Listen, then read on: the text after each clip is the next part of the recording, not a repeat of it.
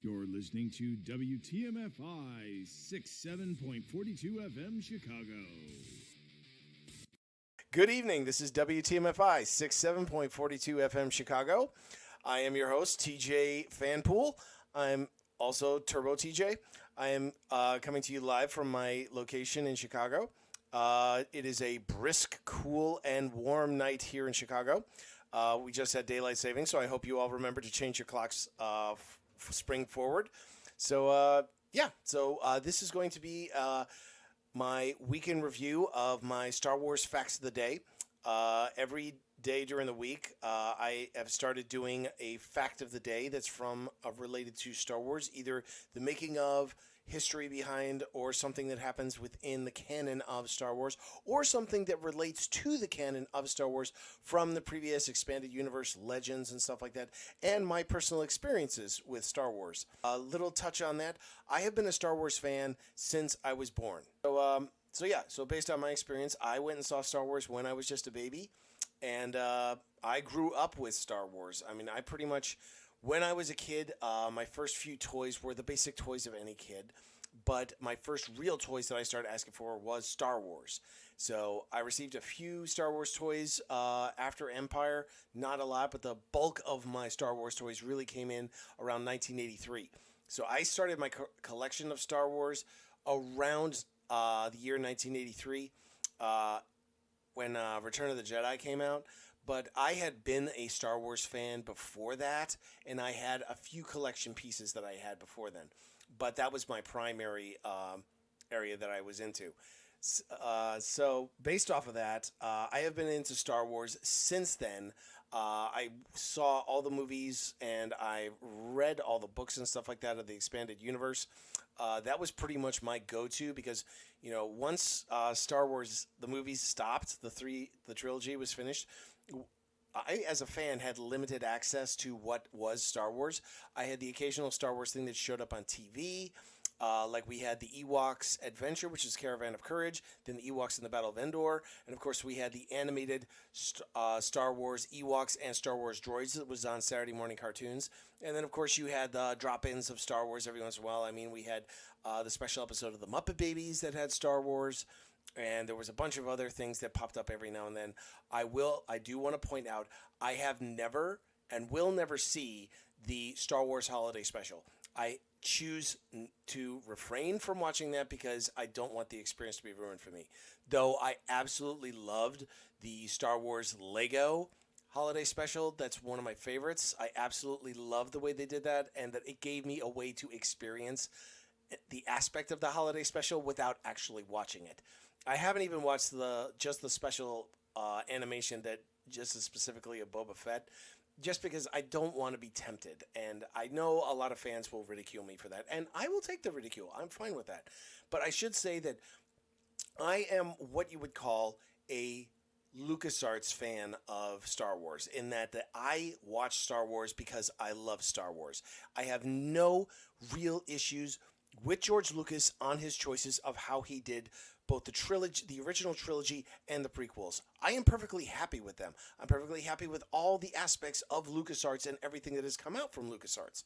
I have never complained about those things. My biggest complaint against Star Wars had nothing to do with George Lucas. It had everything to do with the Disney merger, because they got rid of the EU and Legends, and those are the ones I like. Oh, AB1, welcome to my show. I just started up. I'm just talking about my experiences with Star Wars. So thanks for coming in. Thank you for the likes. So as I was saying, I'm a big Star Wars fan. I've been a fan of Star Wars since I was born in 1975.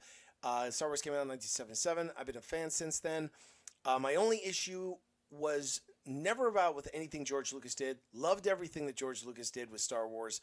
The only issues I ever had with Star Wars was what Disney chose to do when they bought Disney from LucasArts and George Lucas, and their choices to, you know, expunge the expanded universe and turn it into Legends and completely disavow that entire aspect. So all the comic books, all the books, most of the video games, all that kind of stuff. And that was my only complaint about Star Wars. I would never had a problem with what George Lucas chose to do with Star Wars. I loved everything he did. I never had a problem with the prequels. I absolutely loved the original trilogy. and all the stuff that came after that. I mean, I grew up Saturday morning cartoons watching Star Wars droids and Ewoks. That was my go-to. I loved the Ewoks movies that came out, Caravan of Courage and Battle for Endor. I loved both of those movies. I don't care what other people thought. I loved them because it was how I got access to Star Wars.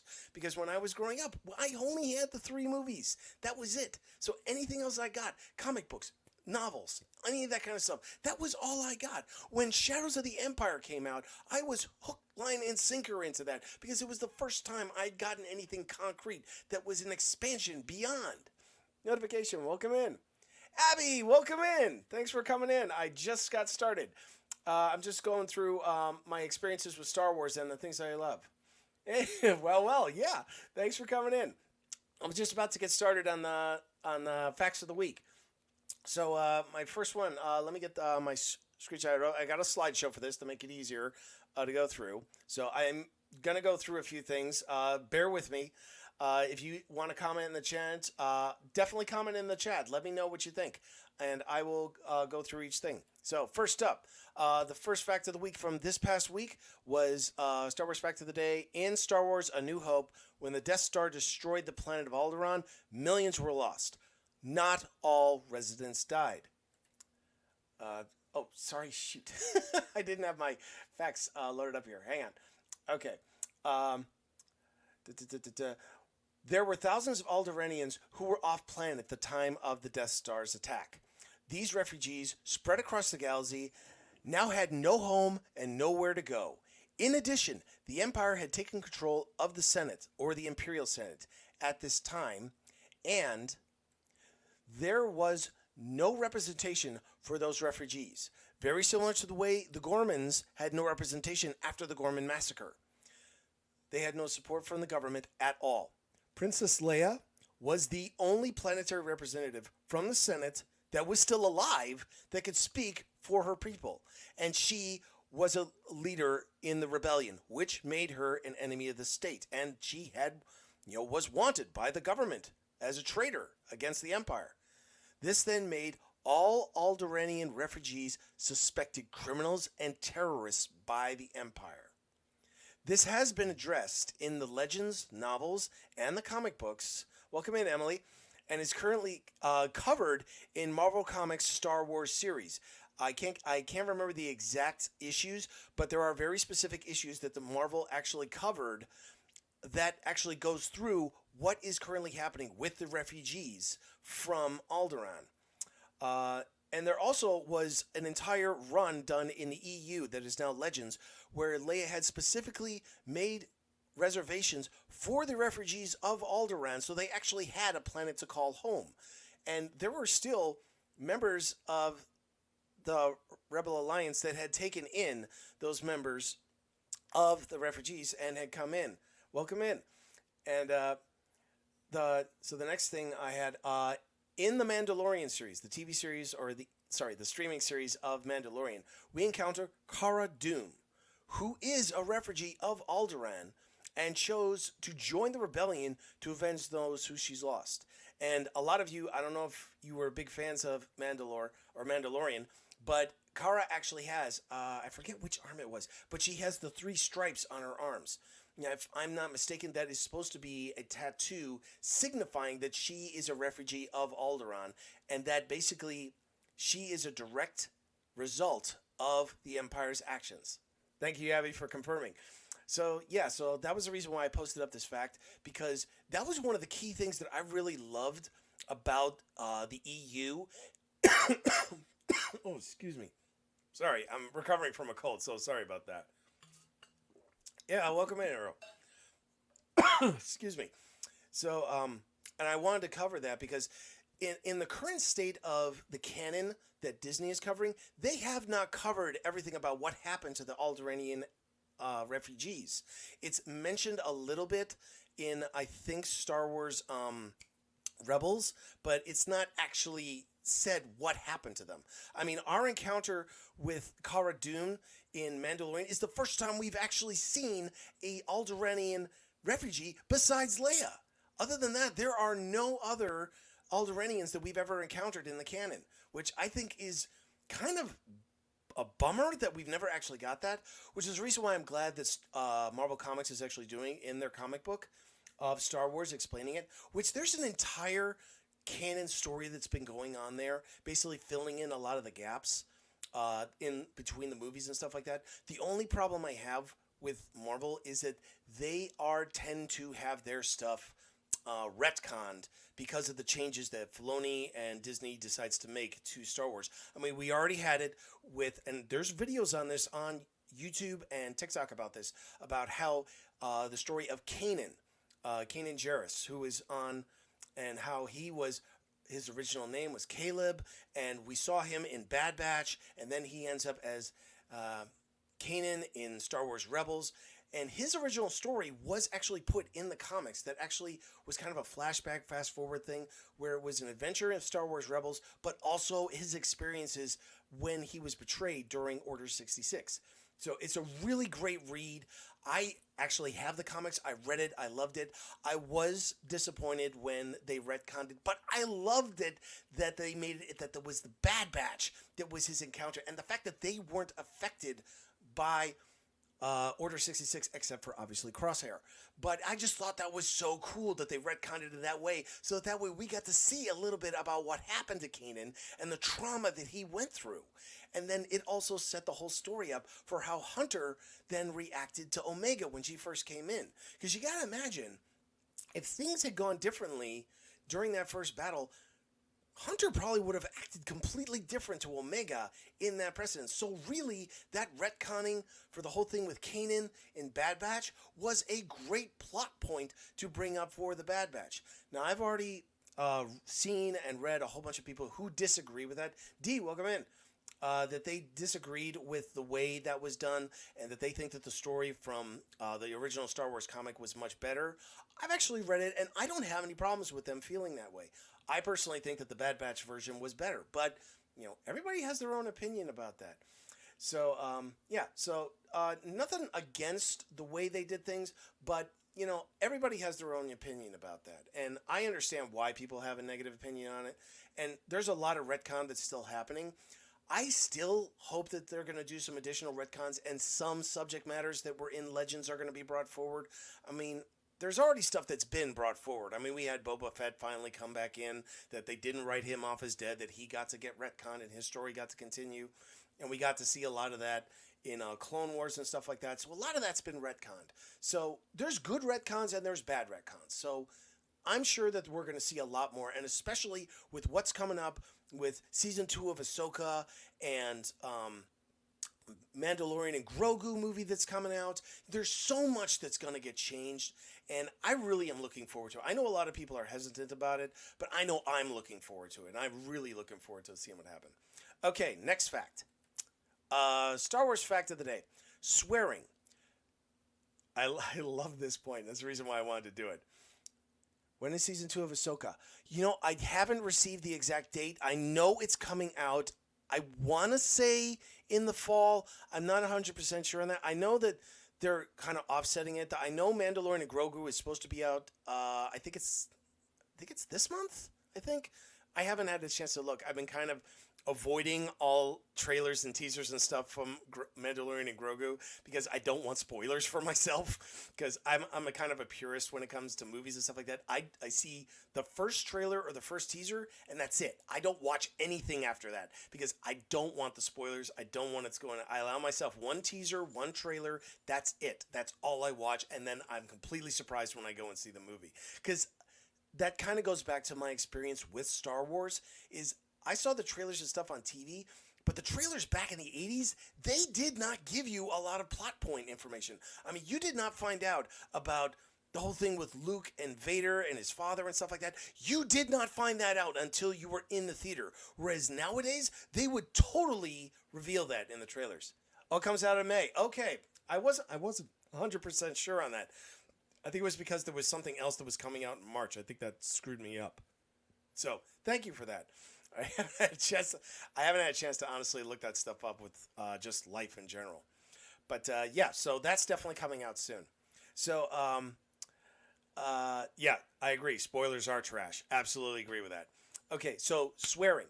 I wanted to do this fact because it is such a unique thing that's happened with Star Wars, and you didn't see it in anything else in most sci-fi except, stuff that came out after Star Wars. So, because Star Wars was made for all ages, as George Lucas has said, it was designed for all ages. George Lucas had to come up with ways for characters could express themselves without violating film restrictions on language. Our examples of this: Bantha Fodder, Ichuta, Slimo, Nerf Herder, which I absolutely love these. Star Wars A New Hope had a rating of PG when it premiered. This film was meant to be viewed by parents with kids, or parents, or some, kids that were above the age of 13. So this movie was designed so that everybody could experience it. Did you know that R2D swearing so much that they had to... Exactly, Obi, that was literally, I was going to bring that up. That's the reason why R2 has his tweeps and bleeps and stuff like that, and why 3PO is always the one that has to translate for him, which I thought was so funny. And so Lucas accomplished this by creating words to be used as slang to express frustration, anger, and other experiences for them. This began in the movies and continues to the TV and books. Words and phrases like Dank Ferric, which is used in Mandalorian, Obi-Wan, and stuff like that. Ichuta has been used in multiple times, both in animation and in the movies. Laser Brain, which everybody knows from Empire Strikes Back. Nerf Herder, again, used in Empire Strikes. And, of course, Slimo, that comes up so many times. But the one that is used the most is Bantha Fodder, or Bantha Poodoo. I mean, we hear that so often, it's not even funny. And, of course, there's By the Force, which is the absolute swear by any of the two that were my absolute favorites that I love that originally were in the EU and is now in Legends. It's Sith Spit and Sith Spawn. So it's basically, SOB is Sith Spawn, and Sith Spit is basically SHIT. So I always thought that was hysterical, because that was basically what, if I don't know how many of you have read of the Legends books, but in so many of them, they're usually said when there's a combat something going. Like, I know Han Solo used it, Wedge Antilles used it, Luke used it, all this kind of stuff, and they're used as just curses when, a situation goes on. Sith Spit, Sith Spawn, and I love the way that was done. And, of course, oh, man, you're such a Slimo. And I love that stuff when it's in the books. And the fact that they brought it into the animation and stuff like that is great. And, of course, there's some, ones that are from the real world, like, that you end up hearing. But I just love the fact that George Lucas was so forward-thinking that he came up with his own words that he could actually get away with doing that stuff. I mean, it's kind of... And this has been done forward in a lot of other science fiction. Like, for example, biggest example of this, Battlestar Galactica and the word frack. Because anybody who knows science fiction knows that frack in Battlestar Galactica has a very specific meaning. I'm not going to say what it is, but you know exactly what I'm talking about. Same thing that comes up in a lot of other sci-fi. I mean, you could bring it up from Farscape and so many other sci-fi series, is they come up with their own words to use. I mean, a lot of modern ones, they will use like common slang and common days, but I think that's the real unique thing, is when they come up with their own words to use for cursing and stuff like that. And you will see that across most sci-fi, specifically that doesn't have to do with the planet Earth. So any sci-fi you come up with something like that, you will find people using new ones. And one of my favorite ones, that is one of the newest one, is Carabast, which I love that was premiered in Star Wars Rebels. And it was, I just thought the way they kept on using it as a curse word, I absolutely loved it. And Zeb was the one who really put that in, because he said it so many times in the pilot episode. And I am so looking forward to seeing him in Mandalorian and Grogu. So I heard, any of you who have already seen the trailer stuff, that was in the first teaser. So if you didn't see that, my apologies, but he's definitely going to be in the movie, and I'm so excited for that. So Kevin, welcome in. So swearing in Star Wars is and it's still expanding. They're still adding new words and stuff like that. And so that's part of the reason why I really love Star Wars, is that you never know what you're going to get. I mean, to quote Forrest Gump, it's like a box of chocolates. You never know what you're going to get. There's always going to be something new and exciting that's going to come in with Star Wars. Granted, a lot of it is, controlled by Disney now, but the fact that we have Filoni, who is basically the Padawan of George Lucas. This is the guy who basically was taught by George Lucas himself of how to do things. He's a diehard fan. He knows the knowledge, the canon of Star Wars almost better than most fans. Except for there's been a few times when he's actually been out-fanned. But still, that's the kind of stuff that really gives me hope for Star Wars, that it's always going to have something new as long as Filoni is in charge or working within the realm. So that gives me a lot of hope for the future. Okay, so moving on to the next fact. Fact of the day. Droids are the storytellers of lore. Everything we know about Star Wars is because a droid witnessed it and relayed it. This makes droids the most unique characters of Star Wars. So, the first characters we encounter in Star Wars A New Hope are C-3PO and R2-D2. The first plot points we are conveyed in the intro scroll, which is from the droid that chronicles the history of the galaxy.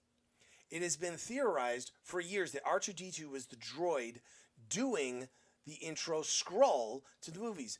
But in Ahsoka Season 1, Professor Hu Yang tells Ahsoka a story and begins with, "A long time ago in a galaxy far, far away." And in Mandalorian Season 2, on the planet Plizar 15, if you guys don't know, this is the one where Bo-Katan and Din Djarin work together to solve a malfunctioning droid problem that has started on the planet. But we really get an understanding of how crucial droids are in some societies and that they continue when life ends. Now, in addition to that point, all star ships have built-in computers that droids interact with. If you want a reference to this, it's brought up in Empire Strikes Back when Han, Leia, and everybody is on the asteroid, which they're actually inside the space slug, but C-3PO specifically said, "Sir, I don't know where your ship learned to communicate, but it has the most peculiar dialect," which means that every system computer that's on all of the starships actually are able to communicate with the droids.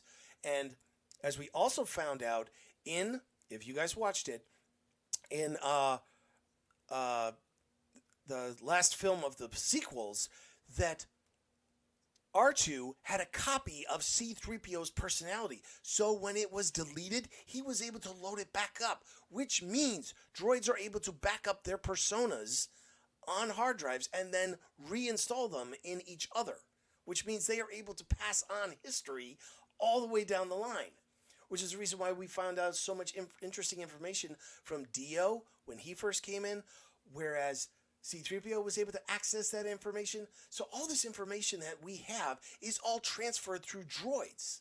And pretty much this confirmed that the droids have all the information and are the ones that are passing down the line. So droids fill in the history that begins for the galaxy experience. So everything we know about Star Wars is pretty much transferred to us from the droids because they're the ones actually chronicling everything. Because almost every scene, there's either a ship or a droid that's on site. So, for example, the only reason why we know everything that happened on Dagobah with Luke and Yoda is because R2 was there. The only reason why we know about what happened between Obi-Wan and Anakin was because R2 was there. And because of the medical droids that treated Vader afterwards. I mean, all this stuff, it's a lot of people just blank over it. They don't even realize it. I actually went back and I actually watched this stuff and started, mentally ticking in my head, oh, there was a droid there. Oh, there was a droid there. And, this kind of stuff, you don't really realize it. I mean, this is something that isn't brought up a lot, but there is supposed to be a network that exists in the galaxy that they're able to communicate through, either ship to ship or, network connections. And we find out about when in the episode of Mandalorian on Plizar 15 that droids are actually updated with the fluids using nanotechnology, which is something that we had not known before. So that means that not only do the droids pass on information, but the information that's in them is consistently updated. So any bad data is updated, fixed. All that information is all there. And it's transferred between the droids to the ships, ships to the droids, and so on and so forth. It's a constant flowing network, very similar to what we have right now, where computers are communicating with each other in the same way. So in theory, I mean, technically, it has not been brought up in canon, but enough of the canon points have actually given enough to go off of that there is a functioning network between the ships and the droids to chronicle what's going on. And I know that in Legends, there was a lot of data that was going into about what happened with the Jedi Library. And this is actually brought up in Star Wars Battlefront 2, the classic, is that the Jedi are trying to destroy the archives so that they can't be, adjusted. But we already know that the Sith had already adjusted the archives because it's the reason why Kamino wasn't in the Chronicles or in the archives from Attack of the Clones. So you find out that there is an entire network that exists, but there's also so much more that we don't know. And how the network is accessed, how details are saved and oriented. Plus, there's all the different facts that are hidden and taken away. Kitten, welcome in. Thanks for joining. So there's all this information that comes up. Excuse me for a second. Oh, I was talking a little too much. I got caught up. Jaden, welcome in. So all this information is constantly transferred back and forth, and we know it's by the droids through the ships and so on and so forth. So we just don't know where the central networking is. And I'm hoping at some point in time, we're going to get something in either another movie or something where we find out how the actual network works. So I have faith in Filoni to eventually let us know whenever. I know he's going to bring up it as a plot point. Could be in Ahsoka Season 2. Could be in Mandalorian. Nessa, welcome in. Could be any one of the movies that come up. Okay, next fact.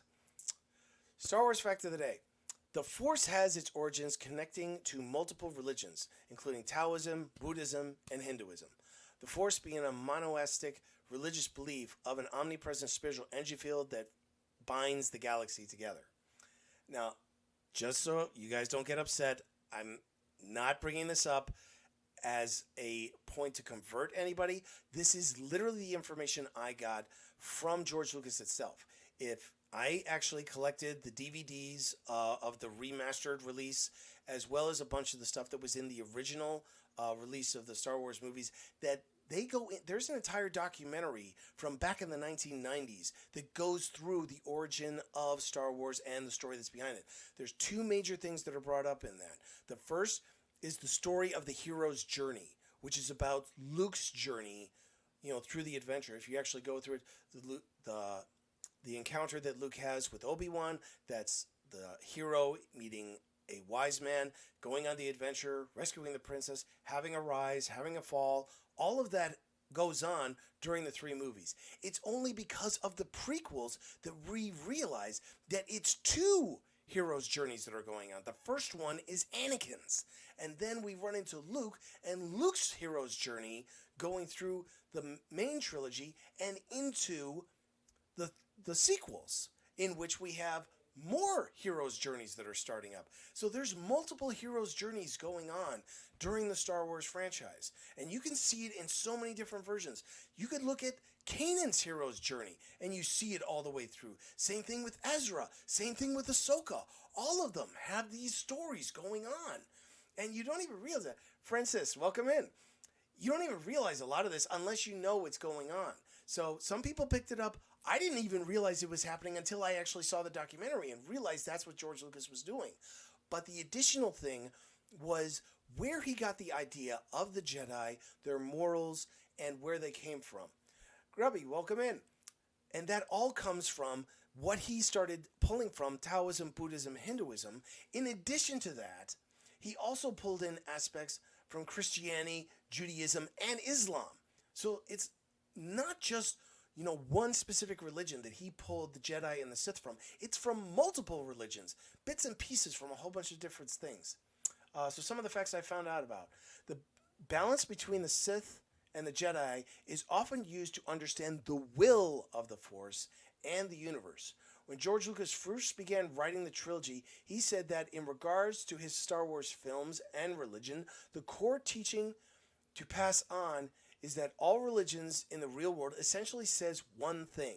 This is a common trait between all of them: compassion or love.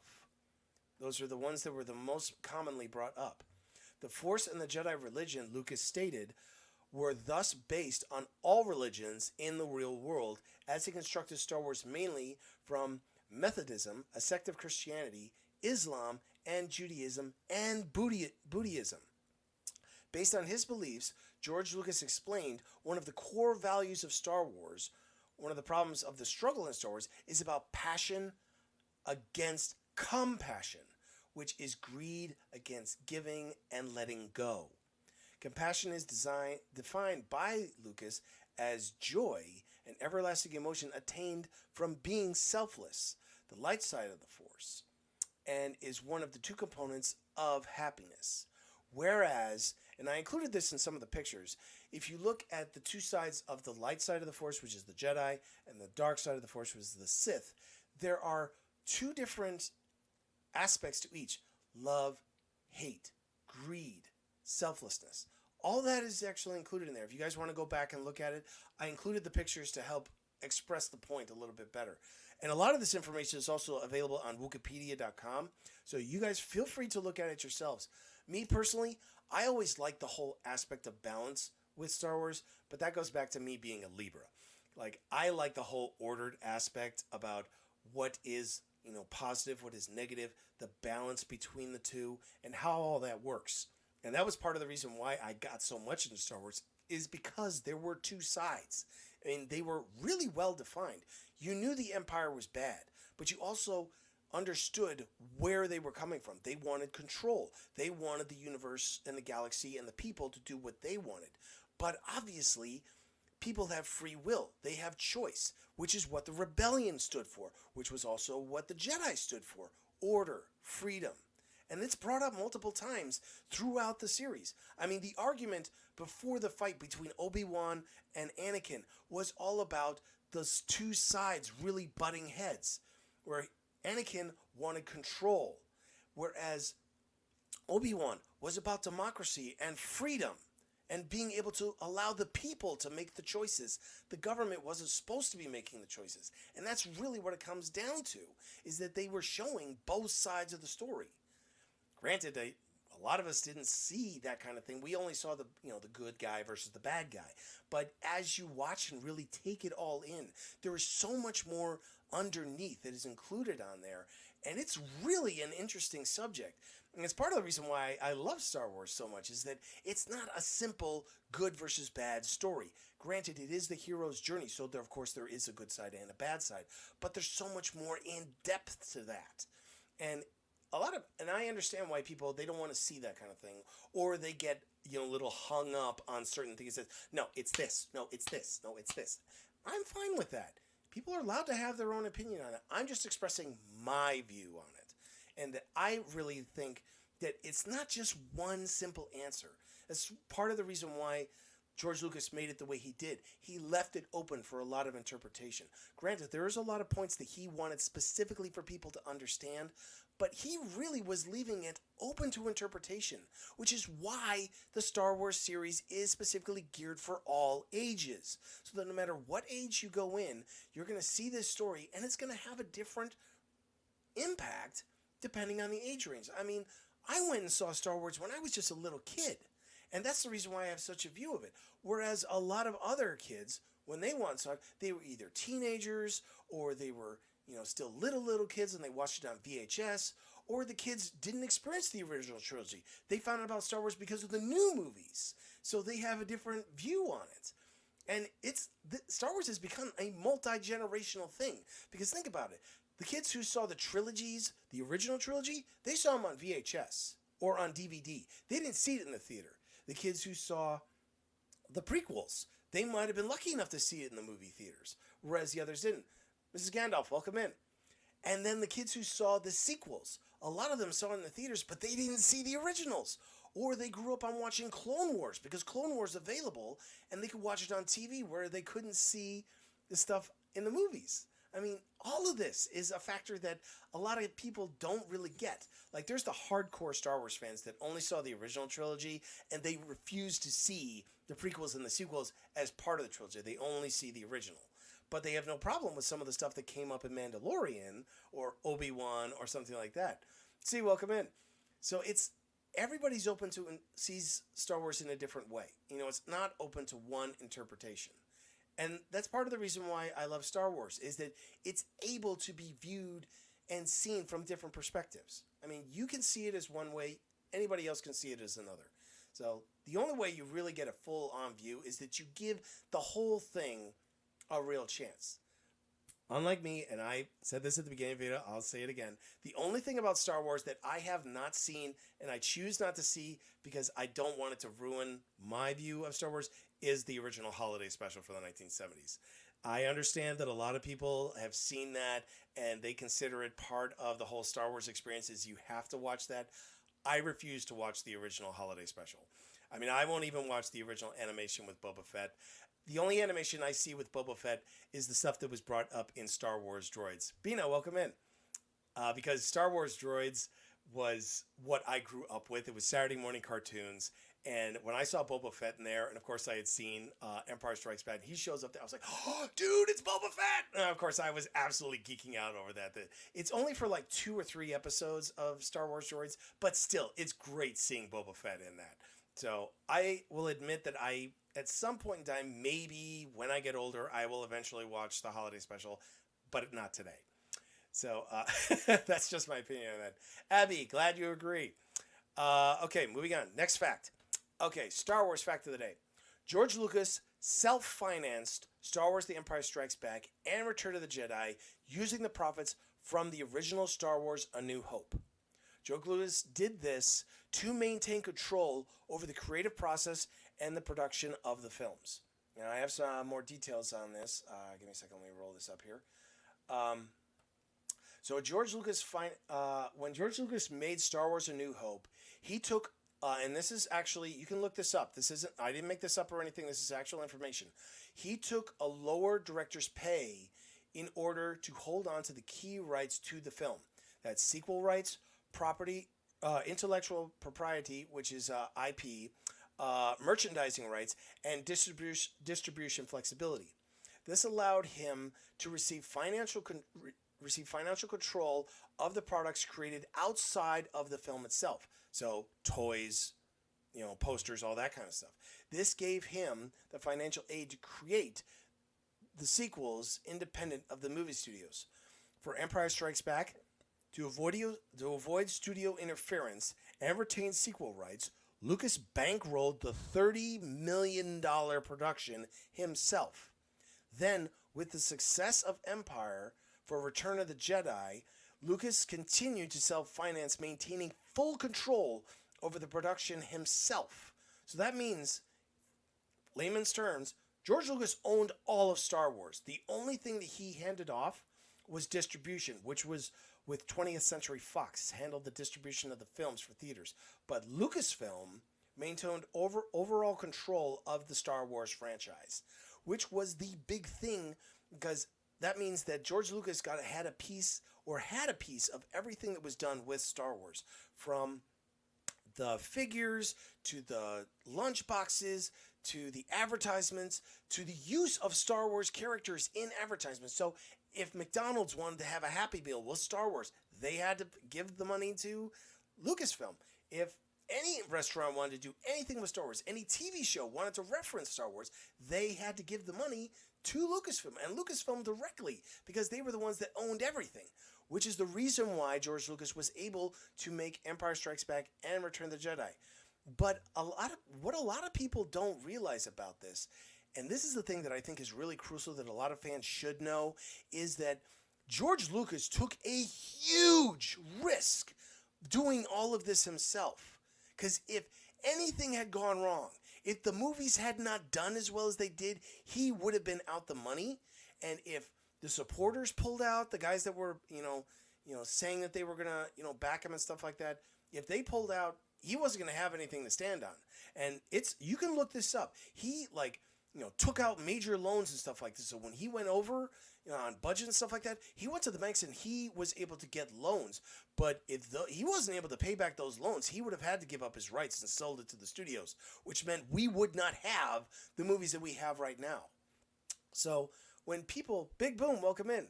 So when we talk about what Star Wars is and how people complain about it, it just kind of irks me because I just realized people don't realize that George Lucas put his heart and soul into these movies, which is the reason why back in the 1980s and 70s, you don't see a lot of other works by George Lucas because he put his life and soul into this trilogy. He risked everything on it. And the fact that it did so well, you have to respect the guy because he put it all in. He put it all on the line.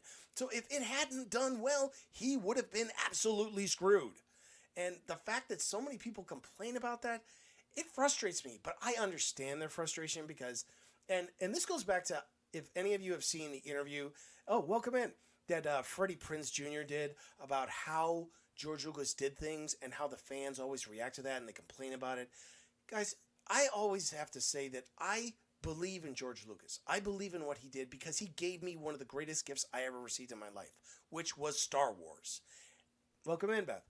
And you have to see that if George Lucas hadn't done what he did, we wouldn't have what we have. We wouldn't have anything to complain about. We wouldn't have anything to cry over.